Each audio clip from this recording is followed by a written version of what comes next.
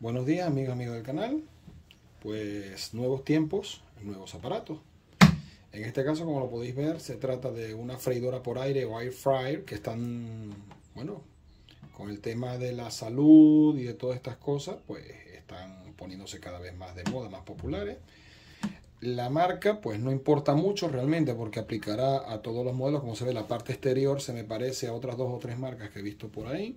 Y sencillamente en este caso esta venía destinada al mercado norteamericano para 120 voltios de corriente alterna, y su propietario la ha conectado distraídamente pues a 220 voltios, que es el voltaje más predominante en Latinoamérica y en Europa, con lo cual la consecuente avería. Vamos a desarmarla, vamos a ver qué podemos hacer al respecto y en función de eso, adelante. Bueno, desmontada la bandeja de la freidora, el principio de funcionamiento es bastante simple. Es una resistencia, tal cual la de las antiguas cocinas que conocemos, de 1000, 2000, 3000 vatios, con un ventilador, ¿vale? Aquí se puede ver el ventilador. Entonces, ¿qué hace? Sencillamente sopla el aire súper caliente, lo sopla directamente sobre la comida, establece una circulación de aire y por eso hace que la costra de los alimentos se vuelva crujiente sin necesidad del aceite adicional de freír. Puedo decir desde ya que da un olor fuerte a quemado en placa electrónica. Me huele mucho a circuito impreso quemado. Por lo tanto, vamos a seguir desarmando a ver qué nos encontramos. Venga. Con el destornillador adecuado, en este caso un simple destornillador de estrella, comenzamos a retirar tornillos y tapas por la parte inferior, ¿vale? Para poder acceder a la placa electrónica. Yo tengo mis sospechas de lo que puede estar ocurriendo y quizás la avería sea más simple de reparar de lo que parece, ¿vale? Pero vamos a confirmarlo y en función de eso estoy bastante seguro de lo que ha ocurrido.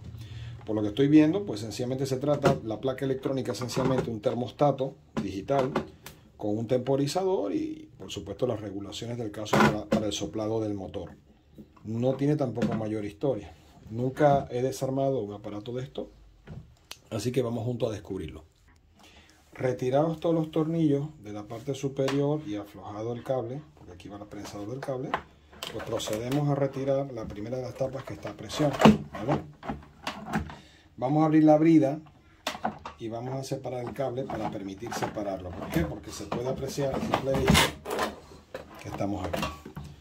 Aquí está el primer interruptor de seguridad, que es para la presencia de la bandeja en la freidora. Vamos a ir aflojando. Esto está libre, esto no hay que tocarlo. Y nos encontramos una segunda capa de tornillos, que es la que vamos a proceder a retirar. Estos tornillos que estoy viendo por aquí. Continuamos desarmando. Bueno, hemos retirado los tornillos traseros. Hemos retirado el interruptor de seguridad. Solamente lo hemos desatornillado para evitar avería. Y procedemos a quitar los 2 tornillos que están en la parte, a ver si lo podemos iluminar, en la parte delantera, ¿vale? Siguen siendo tornillos de estrella de fácil trabajo. No, por ahora no nos hemos encontrado ningún tornillo de seguridad ni nada destacable, ¿vale? A partir de ahí seguimos desarmando. Vale, una sugerencia de trabajo, por lo menos yo lo haré. Voy a quitar la brida, ¿vale? Y vamos a quitar estos uniones de cable. Ya posteriormente lo sustituiremos con termocontraíble para que el cordón se pueda separar, porque si no tendremos otro problema adicional. De esta manera podremos trabajar sin la tapa del aparato pues conectada y unida, y podemos trabajar mejor. Ya está separado y podremos trabajar con mucha mayor comodidad. Muy bien, hemos retirado la tapa inferior, no hemos encontrado ningún problema.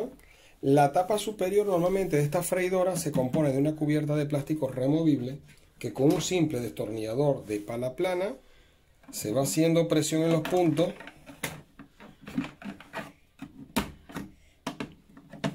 y sale, como habréis visto. Son puntos a presión, ¿vale? No hay mucha historia. Y esto nos da acceso a 4 tornillos que vamos a retirar para proceder a acceder a la electrónica, que es donde creemos que está el problema. Para ello, una vez más, destornillador de estrella, de pala larga, y retiramos. Realmente es una máquina de construcción bastante simple. Lo único es saber poder retirar todos los tornillos con suficiente paciencia para poder trabajar. Y es lo que decíamos antes, se compone de una resistencia eléctrica de unos 1000, 1200, 2000 vatios, según el fabricante y el tamaño. Un ventilador que lo que va a hacer es soplar ese aire súper caliente dentro de sobre los alimentos a presión. Y un temporizador y un control de temperatura, que es una placa electrónica o bien es una placa analógica con un termostato manual, pero básicamente se compone de lo mismo. Entonces, ya retira los tornillos, procedemos al desmontaje de la tapa. Buenas tardes, amigas y amigas del canal. Hoy vamos a ir con un vídeo más completo. En este caso de freidoras de aire va la cosa. ¿Vale? Este en particular, su propietario compró la máquina en Estados Unidos. Es una buena oferta porque, bueno, en otros sitios estas air fryers pues tienen un costo interesante. Lo que ocurre es que no se fijó en la placa de características y nuestra amiga, la freidora, pues venía preparada para, si lo podemos ver aquí, 125 voltios, 120 voltios, ¿vale? Evidentemente, en este caso, en Latinoamérica, los voltajes son normalmente 220 voltios. La conectó y a los pocos segundos, pues la freidora murió por el exceso de tensión, ¿vale? Estos aparatos en particular no están preparados, o sea, tienen una resistencia interna freidora, no tiene ningún misterio. Una freidora de aire sencillamente es un ventilador, una placa de control, una placa electrónica y algunos elementos de seguridad como un fusible térmico y un termostato y un termómetro que da el control para la regulación de la temperatura, el encendido y apagado de la resistencia a través de un relé, ¿vale? Sea un modelo digital o sea un modelo analógico, es exactamente el mismo principio. Es una resistencia, un ventilador que sopla, en una recámara confinada, donde este aire caliente circula y hace la función de cocción de los alimentos, en este caso freír. Y luego el termostato, que puede ser digital o analógico. En nuestro caso es digital. Es una sonda de temperatura que se encuentra ubicada aquí en el interior de la cámara. Esto es un termistor. Envía la información a la placa electrónica, que a su vez actúa sobre el relé, la placa de potencia. Esta es la placa de potencia, fuente de alimentación. Y el relé va conectando y desconectando a medida que obtenemos la temperatura. Vale, dicho esto, la avería. El ventilador, que era 125 voltios, el devanado se abrió, ¿vale? He intentado preguntar por rebobinar, pero una pieza tan pequeña como esta, pues los que se dedican a esto dicen que no. Se asustan y te dicen directamente que no.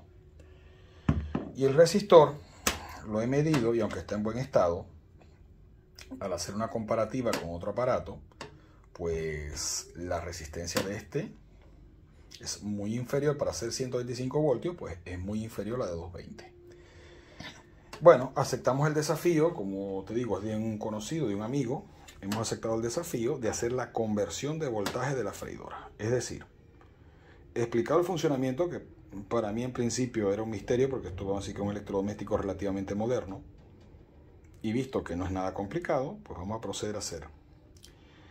Primero, evidentemente, un motor de 220 voltios. Hemos encontrado aquí, ya está montado, uno exactamente del mismo voltaje. Esto lo único que hace es mover el ventilador que vimos antes aquí, ¿vale? Este ventilador hace una circulación para el aire. Este devanado es a 220 voltios. ¿Qué he hecho yo? Pues he ido a los diferentes negocios de recambio, en este caso de nevera, frigideiro, como lo quieran llamar, frigorífico, y he conseguido el motor que sopla en el congelador o el ventilador. No he desmontado la hélice, lo único que he hecho es buscar el diámetro del rotor y he cambiado. Y tú me dirás, y ustedes me dirán, ¿y por qué sigo viendo un rotor aquí? Porque este rotor era el que venía con este motor. Es decir, he desmontado los dos tornillos, he sacado el motor antiguo, que es este, estos dos tornillos, lo he sacado. El rotor ha permanecido en su eje pegado a la hélice, prefiero no tocarlo porque es delicado y lo puedo torcer. He puesto sencillamente el rotor nuevo, el estator nuevo, perdón, disculpen, y he puesto el buje, como lo llaman, el eje en su sitio. Me quedo con esto así porque esto se lo voy a regalar al dueño de recuerdo. Este es el que venía, este rotor es el que venía en el motor nuevo. Dicho este primer paso, ya tenemos este motor a 220. Siguiente paso, la resistencia. Esta resistencia la hemos comprobado, ¿vale? Está en buen estado, pero es de un valor inferior. Mis amigos de AliExpress hemos comprado una resistencia exactamente igual, pero del valor correcto para 220 voltios. De hecho, en AliExpress te dan la opción para Air Fryer 110 voltios o 220 voltios. Ahora vamos a medirla para que veáis los ohmiajes. A términos prácticos, hacemos la comprobación. Aquí se ve que esta resistencia ya ha sufrido calor, ¿vale? Está el multímetro en escala de ohmio y está calibrado ya a 0 ohmio. Si medimos la resistencia, que es de 120 voltios, a ver cómo podemos hacer para no tapar la pantalla, observamos que tiene un valor de 12 ohmios aproximadamente. Dicho esto, la resistencia que nos venden nuestros amigos de AliExpress para 220 voltios tiene un valor de,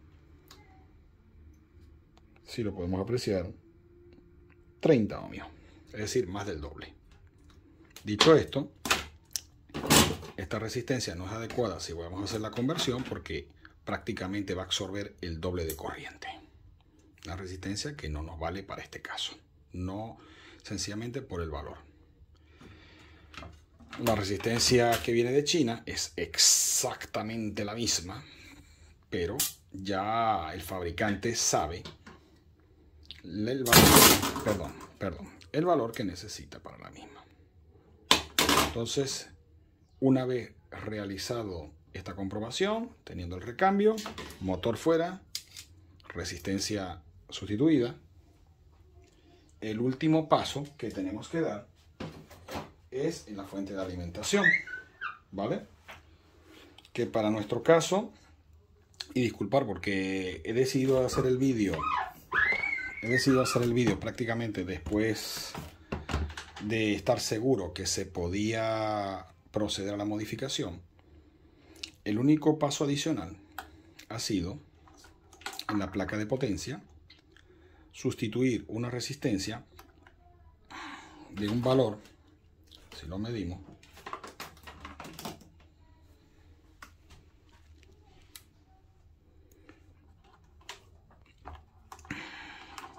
un momentito,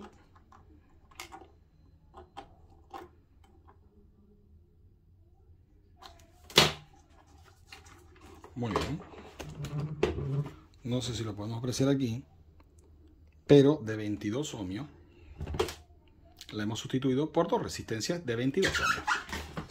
Es decir, la placa electrónica, que es esta, se alimenta con un voltaje de 5 voltios. Si para 110 voltios necesitaba 22 ohmios, pues evidentemente con 44 ohmios, que es el doble, por eso hay dos resistencias puestas en serie, obtengo el voltaje necesario, la caída de tensión necesaria, perdón, para alimentar la placa. Concluido esto, vamos a proceder al ensamblaje. Es decir, voy a poner sencillamente la resistencia en su sitio, dentro de la carcasa, y explicaré un poco cómo es el cableado. Y espero sea de utilidad. Primer paso, vamos a poner el resistor dentro de la carcasa, lo cual no es mucha historia, debido a que va fijado ahí dentro. Es solo una fijación mecánica que se hace a través de un tornillo más un soporte. Vamos a ello y adelante.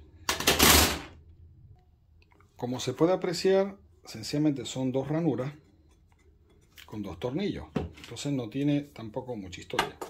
Se acopla el resistor, se hace ligera presión y ya está en su sitio. Luego lo que sí hay que colocar es el tornillo de fijación que va internamente. Vamos a colocarlo. Perdonad, faltó agregar que esto lleva un pequeño clip de acero, ¿vale? En el lado opuesto. Si esto en esta postura, pues el clip sencillamente se abre, ¿vale? Y abarca dos espirales de la freidora. Esto es importante, no lo olvidéis, porque esto es un accesorio de montaje que va a ser necesario para mantener la estabilidad de la resistencia. Dicho esto, ahora vamos arriba. Ahí está en su sitio y el clip va en la posición opuesta a 180 grados. Ahí se ve. Vamos a fijarlo con los tornillos y seguimos ensamblando. Lo importante es usar un destornillador bastante corto para poder acceder a los dos tornillos y darle el apriete final, ¿vale? Y lo mismo para el lado contrario. Son ángulos un poco complicados para la cámara porque es un espacio cerrado, pero como digo, tampoco tiene muchísima historia que digamos. Es apretar el tornillo para que el fleje quede en su sitio. No tiene mayor historia, ¿vale? Entonces lo apretamos, lo dejamos listo y pasamos a la siguiente actividad, que ya es prácticamente cableado, porque el ensamblaje ha terminado. Y aquí se puede ver los dos bordes de la resistencia, los dos terminales de la resistencia. Vamos a seguir trabajando.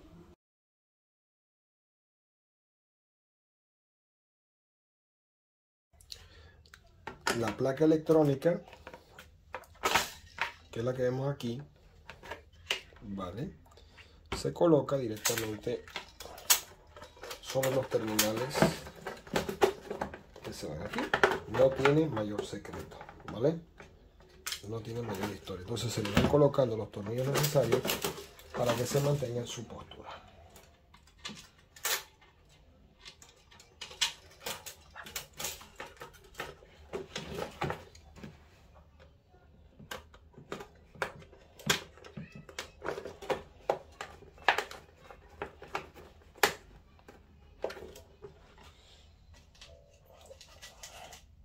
Colocaremos en diagonal.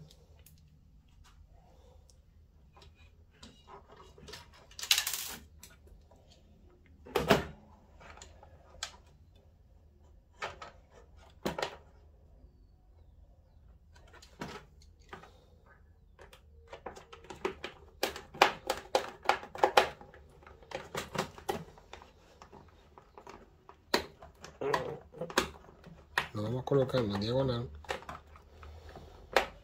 hasta completar los 4 tornillos. ¿Vale? La placa electrónica ya está en su sitio. Cabe destacar que son los tornillos, los 4 tornillos más cortos son los que van en la placa. El siguiente paso, por orden de armado, es la colocación del interruptor de seguridad, ¿vale? Nuevamente de la puerta abierta, nuevamente en su sitio junto con su placa. Para ello hemos volteado la freidora, ¿vale? Entonces colocamos el interruptor en posición. Como se puede ver aquí, esta es la compuerta, aquí están los dos puntos de tornillo y se coloca el interruptor en la posición correcta, que es esta que se ve aquí, de tal forma de que cuando la bandeja entre en su postura, presionará y le dará la señal al cerebro electrónico de que la bandeja está en posición. Para ellos también es necesario que los cables estén alineados. Entonces, como primer paso, ponemos los tornillos en su sitio y procedemos al apriete del mismo. Si este interruptor no manda la señal a la placa electrónica, siempre va a salir la señal de open y nunca podremos trabajar. Me falta el otro tornillo, vamos a buscarlo, lo colocamos y al mismo tiempo, pues los cables se ponen en las guías. Estas muescas que están aquí son las guías para llevar los cables hasta la placa electrónica superior. Vamos a poner el tornillo que falta. Bueno, los dos tornillos están colocados, los terminales están en su sitio y lo que hacemos es llevar los cables por el agujero que está dispuesto, que es esta ranura de aquí, ¿vale? Hasta la parte superior. Te digo, parece un poco lioso, pero no lo es. Vamos a intentar colocar la cámara en una posición superior para captar mejor el detalle. No es lioso, os lo prometo, que al fin y al cabo son los cables que son, ¿vale? Así quizás mejor. Entonces aquí están los cables. Vamos a proceder a colocar la placa electrónica en su sitio. Voy a retirar este último fastener. Como habéis visto aquí, el terminal está aislado y no toca prácticamente el cable energizado, vamos a decir, de las resistencias. Con lo cual no hay mayor problema. Lo que sí no me agrada es la presión que tienen los terminales. Entonces voy a proceder a apretar todos los terminales previo a colocarlos en su placa.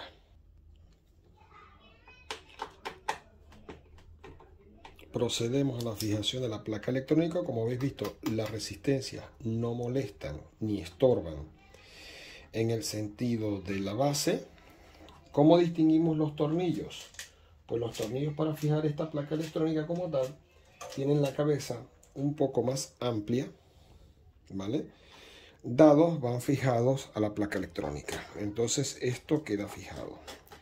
Una vez fijados los tornillos, nos daremos cuenta, el pequeño diodo ha quedado aquí, pero no pasa absolutamente nada. El terminal amarillo se corresponde a su vez al sensor de puerta, de compuerta, y va colocado justo en el terminal de la compuerta, el que está pintado de amarillo. Es difícil equivocarse, ¿vale? Estos son los dos cables de alimentación del ventilador. Este cable es de la sonda de temperatura, va con el conector blanco. Si nosotros miramos ya por curiosidad y sencillamente como explicación, en el interior vemos la resistencia, vemos el ventilador y esto que se ve aquí metálico, esta punta metálica, es el sensor de temperatura, que es este cable que sube aquí y se coloca o lo colocamos en el conector blanco. Por último, el conector, este que está aquí, corresponde al cerebro electrónico, que es uno de los últimos cables que vamos a conectar, que se corresponde al cerebro electrónico y teclado de la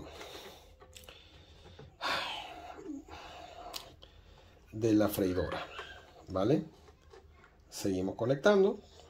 Estos son los dos cables de la resistencia, los dos terminales de resistencias. Aquí lo que vamos a hacer, como ya lo dije antes, hemos retirado el termorretráctil, porque vamos a proceder a apretar. Para apretar el terminal, pues sencillamente con una pequeña pinza apretamos, ejercemos cierta presión, ¿vale?, sobre los terminales para aumentar. ¿Por qué? Porque estos los he notado yo flojos de fábrica, muy flojos. Y resulta ser que los 1000 vatios prácticamente, o los 1200 vatios que pueda tener la freidora, se corresponden casi en su totalidad a la carga de la resistencia. No tanto al ventilador, no tanto otro, pero sí a la carga de la resistencia. Entonces, ¿qué ocurre? Que si este terminal está flojo, genera un punto caliente que al fin va a traer problema en la placa electrónica. Hecho esto, tenemos nuestros macarrones termorretráctiles. Estos ya los venden de varios tamaños. Los colocaremos sobre el terminal, ¿vale? Se pueden cortar a la medida. Los colocaremos sobre el terminal. y repararemos el aislamiento. Vamos a proseguir. Bueno, aquí está el macarrón termorretráctil, ¿vale? Con calentarlo un poco, ya el aislamiento queda reparado. Este, para mi caso, viene directo a la placa. En la placa electrónica realmente no hay mucho misterio, ¿vale? Porque estos son los Faston. Este proviene de la resistencia y este es el que necesitamos mover. Y buscamos cómo está rotulado. En función de cómo está rotulado, lo trabajamos. En nuestro caso dice hot. Hot es el cable de la resistencia. Este va a ser control sobre la resistencia. Es decir, este relé abrirá y cerrará y alimentará o no la resistencia. Con lo cual este va aquí. Ventilador 1 es el control del ventilador, ¿vale? Pues es muy simple. Buscamos un terminal del ventilador. En este caso le colocamos un Faston, un terminal, y lo colocaremos aquí. Dado el antiguo ventilador, fue sustituido, ¿vale? Revisamos que está libre, así que vamos a poner a calentar el soldador para trabajar. Buenas tardes, ¿vale? Ya esto toma otro aspecto, como habéis visto. Está conectada a la resistencia. Estos dos terminales, uno rojo, uno azul. Uno de los terminales rojos va directamente al contacto del relé, ¿vale? Que es el que maneja la potencia para conectar y desconectar, es este relé, y tiene el contacto justo enfrente, dice heat, es resistencia. El otro terminal de la resistencia va directo a la alimentación, ¿vale? Y de la alimentación, porque esto viene así de fábrica, hay un puente que alimenta la placa con el cable azul. Vamos a quitar de aquí del stand para que no lo desea. Alimenta aquí a la polarización de la placa, como hemos explicado, que son resistencia en serie para alimentar la placa de potencia, de control de potencia. Vamos a llamarlo la fuente de alimentación. Por último, y de aquí también tomamos un terminal común que va al motor del ventilador. Es decir, el azul alimenta por común un terminal de resistencia, un terminal de la placa y un terminal del ventilador. El cable rojo alimenta a la placa, ¿vale? Y de la placa distribuye ella misma a la resistencia y al ventilador. Es decir, la placa controla el ventilador. Por último, el microprocesador va conectado aquí, la computadora, que es, ya la he montado directamente en su tapa, está ahí dentro y es ese terminal. Sin embargo, al hacer la primera prueba, ¿vale? He encontrado un problemita y os lo voy a explicar cuál es, que no lo había detectado porque no había podido alimentar anteriormente la placa. Vamos a darle alimentación sin la conexión del CPU, es decir, como podéis ver, ¿vale? Sin estar conectado el CPU o en la placa de control, el ventilador está andando. ¿Esto qué quiere decir? Que cuando hubo el cortocircuito por el sobrevoltaje en la placa,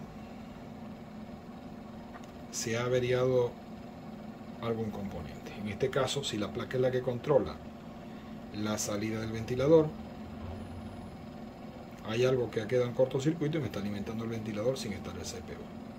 En cambio, el resto de componentes, la resistencia y todo funciona bien, ¿vale? Vamos a desconectar para la alimentación. Vamos a revisar qué está pasando.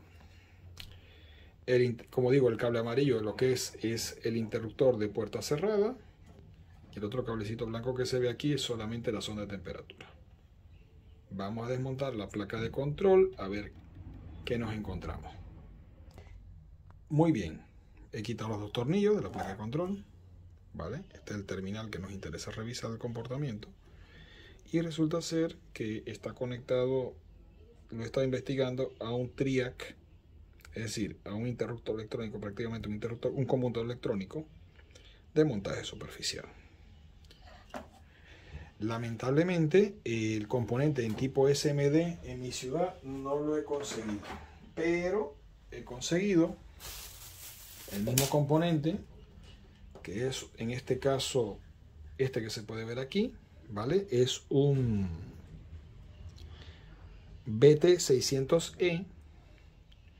Lo he podido conseguir, pero en tipo, como lo veis aquí, en tipo convencional. Entonces vamos a hacer la adaptación necesaria haciendo el mismo número. Evidentemente las patas coinciden. Vamos a hacer una adaptación para poder instalar este componente. Dentro de lo que cabe es bueno, porque este maneja mejor el calor, es un poquito más resistente en ese sentido, maneja un poco mejor el calor que el otro componente. Lo está viendo con la lupa y está quemado. Ahora cuando lo retire, porque es SMD, cuando lo logre retirar, haremos un paneo. Vamos a ello. Como paso intermedio, ya he procedido a modificar, ¿vale?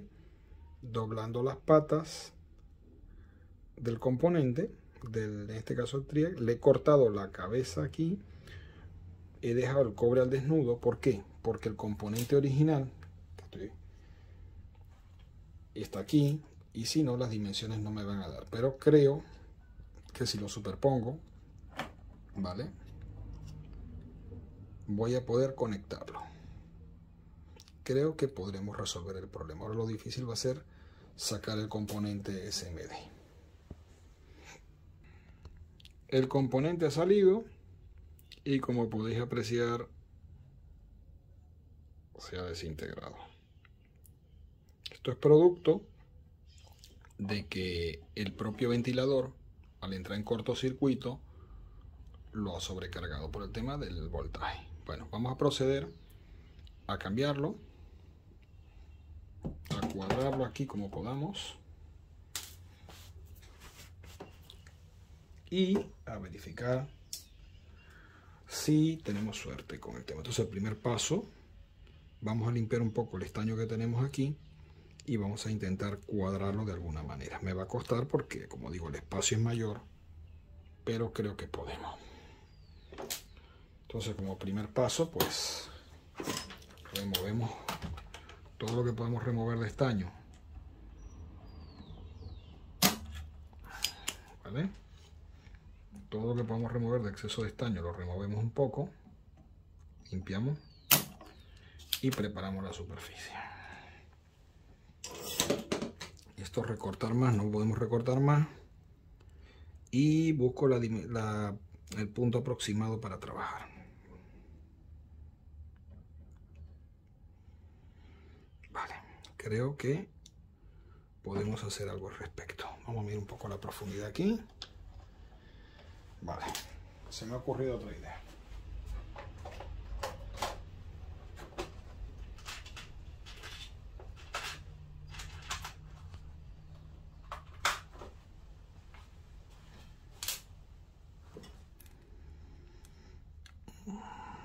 El terminal no me va a permitir, bueno, muy justito.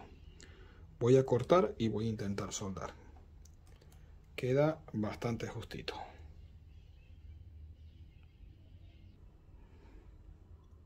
Bueno, estamos intentando soldar el componente lo mejor que podemos, ¿vale? Dado la postura en la que estamos. Complicado, pero creo que hemos logrado hacer un buen trabajo. Ahora os explico un poco. Vamos a repasar un poco aquí. Creo que lo tenemos solucionado.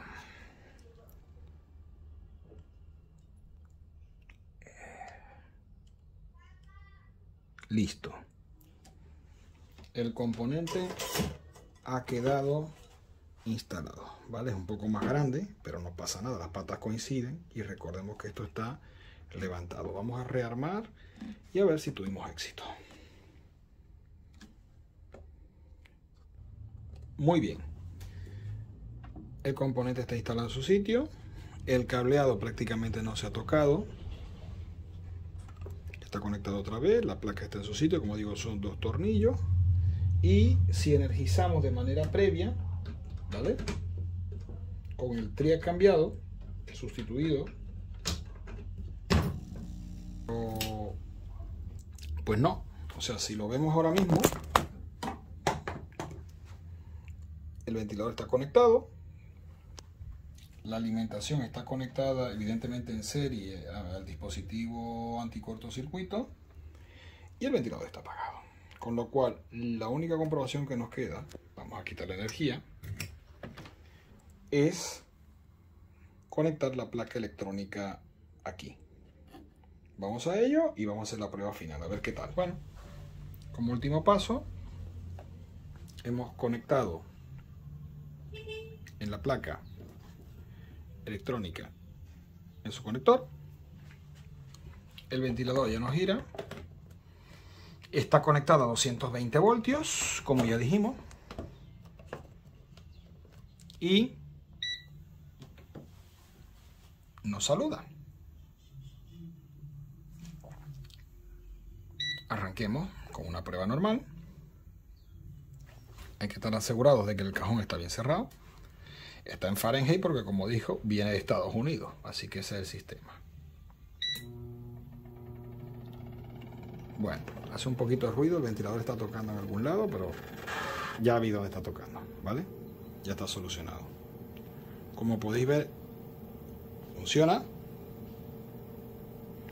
Está haciendo un precalentamiento. Vamos a hacer el angular aquí. Preheat, precalentamiento. Con lo cual la vamos a poner a prueba. Como habéis visto, realmente hacer el cambio de voltaje, la conversión de voltaje, no es realmente complicado si se tienen las piezas, ¿vale? Eso es lo más importante para todos. Pero al mismo tiempo ha sido didáctico, porque hemos logrado a su vez reponer una máquina que había sufrido un cortocircuito bastante fuerte, una sobretensión. Hemos logrado adaptar la pieza. Estoy intentando cuadrar la cámara para que esté derecha, ¿vale? Perdonadme que el trípode hoy no me quiere ayudar. Hemos logrado cambiar la resistencia del motor y por último el componente fue sustituido, el triac dañado, por un modelo más grande, o sea, por su encapsulado más grande, siendo el mismo modelo pero su encapsulado más grande, que es el que teníamos comercialmente. Una vez más hemos demostrado que podemos salvar de tirar un aparato en la basura, de desecharlo, y al mismo tiempo pues hemos explicado un poco lo que era el misterio de la freidora de la air fryer, de la freidora de aire. No hay ningún misterio, una resistencia, un ventilador, una computadora y algunos sensores, no tiene ningún misterio. Por último agregaré alguna foto con el esquema, pero es unifilar, ¿vale? Voy a hacer un diagrama de bloques sencillamente, no me voy a detallar mucho porque dependiendo del modelo de freidora cambiará, aunque por las que he podido ver, sean analógicas o digitales, el comportamiento es el mismo. Me está avisando que ya puedo colocar la comida, eso quiere decir que ya hizo el precalentamiento correctamente. Ahora me va contando en minutos. Me interesaría ver si puedo bajar el tiempo. Vamos a bajar un poco el tiempo porque realmente no estoy interesado en gastar tanta electricidad. ¿Vale? Ahora veremos el apagado si es correcto y haremos un ensamblaje final y seguramente alguna prueba final. Por favor, como siempre os digo, si os ha gustado el vídeo, un like. La idea de aquí es ser didácticos, tratar de explicar las cosas. Las freidoras todas funcionan por el mismo principio, la de aire. Creo que no tiene un misterio. El propietario también quedará satisfecho porque lo que más ha tardado es la espera de los componentes, pero todo parece en orden. Ya lo que me queda es ajustar la tapa a presión, que esto con un sencillo clic se coloca, porque realmente la zona del horno, la zona de cocción es lo que está abajo, ¿vale? Esto está hermético, está funcionando. Los sensores funcionan porque si no ya hubiera saltado algún error y si la tapa no hubiera estado bien cerrada, pues también. Ahí se ha escuchado cómo la resistencia ha desconectado. Es decir, que va regulando la temperatura, ese clic que se ha escuchado. Estamos esperando al final el final de la cocción. Y ahora sencillamente cuando termine esperaremos a ver la desconexión correcta del aparato. Pondremos la última de las tapas, la tornillería, la última de las tapas. Esta tapa decorativa que va arriba, va a presión, ¿vale? Colocaremos los tornillos, los fijaremos bien y daremos por concluido una nueva reparación del taller. Espero que os haya gustado a todos y espero que hayamos podido aprender juntos de una manera didáctica. Vamos a esperar.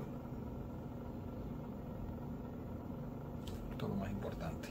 Como os digo, de 110 hemos pasado a 220 voltios con el gasto de la resistencia del motor, un resistor, y bueno, el TRIAC, que evidentemente murió con el cortocircuito del ventilador, pero que creo que ha quedado incluso mejor que de fábrica, porque ahora mismo con este componente que controla el motor, el ventilador, está más reforzado el sistema.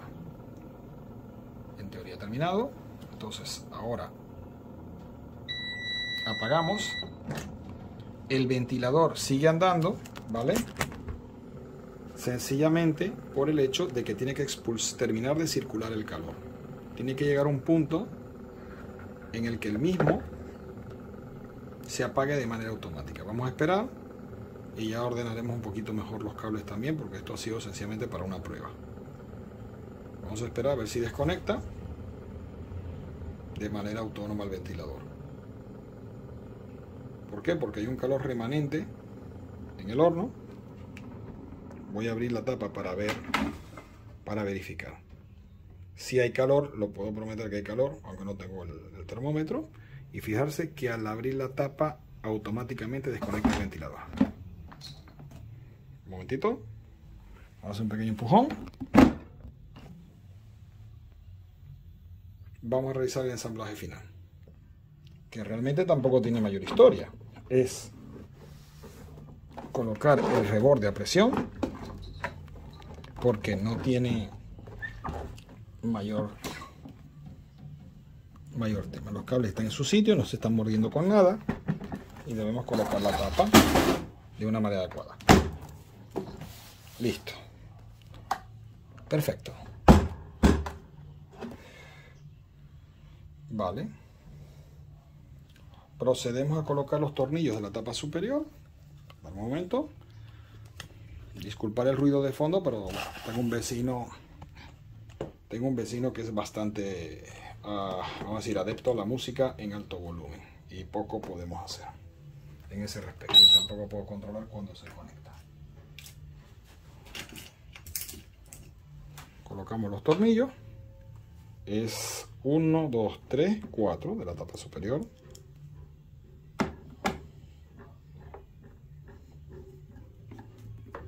Uno,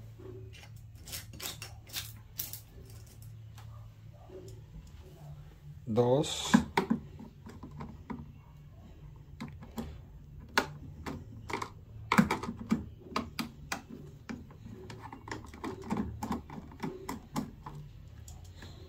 un momentito que me está dando alguna dificultad el tornillo. Bueno, afortunadamente los destornilladores son magnéticos y eso ayuda un montón. Ahora sí. ¿Listo? 2.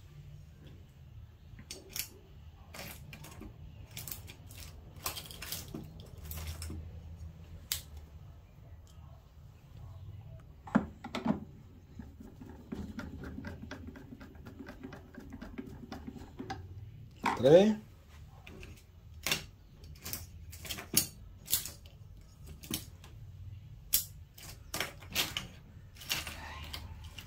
Falta un tornillo, un momento. Y 4 tornillos, ¿vale?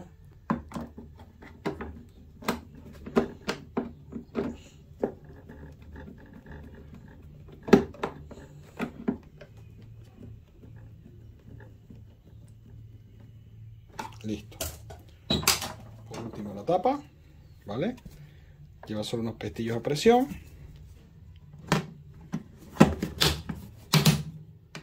Está terminada. Vamos a ver Ahí lo vemos. Perfecto.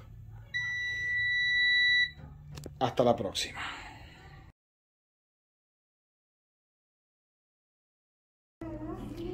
Ahora acabo de hacer una prueba.